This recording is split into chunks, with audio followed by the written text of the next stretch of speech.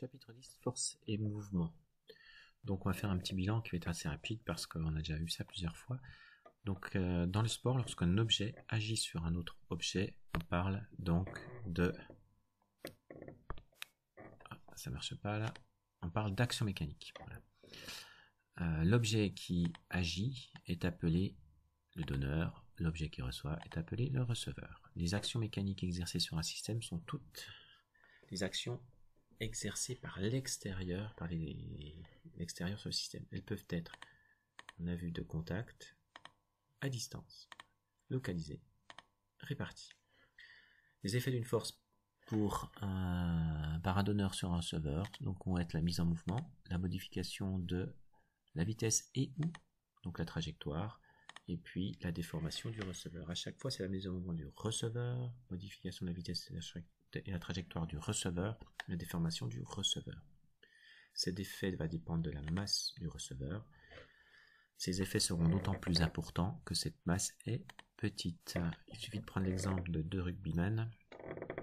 Celui qui va être percuté, si deux personnes de masse différentes sont percutées par la même personne, le rugbyman qui est beaucoup plus frêle va être percuté, enfin les effets sur lui seront beaucoup plus importants que que par rapport à l'autre rugbyman qui est beaucoup plus massique. Les forces, oui, on modélise donc une action mécanique par ce qu'on appelle une force, le vecteur force.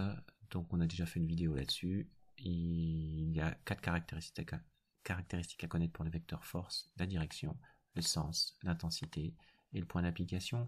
On peut s'aider d'un diagramme objet-action pour déterminer toutes les forces extérieures qui agissent sur un objet. Troisièmement, principe des actions réciproques. Alors, c'est Isaac Newton qui a annoncé ce principe qu'on appelle aussi la troisième loi de Newton. Quel que soit le référentiel, si deux corps A et B sont en interaction, la force exercée par le corps A sur le corps B est de même norme, on parle aussi de même intensité, de même direction et de sens opposé à celle exercée par le corps B sur le corps A. Ça se traduit par la relation vectorielle suivante.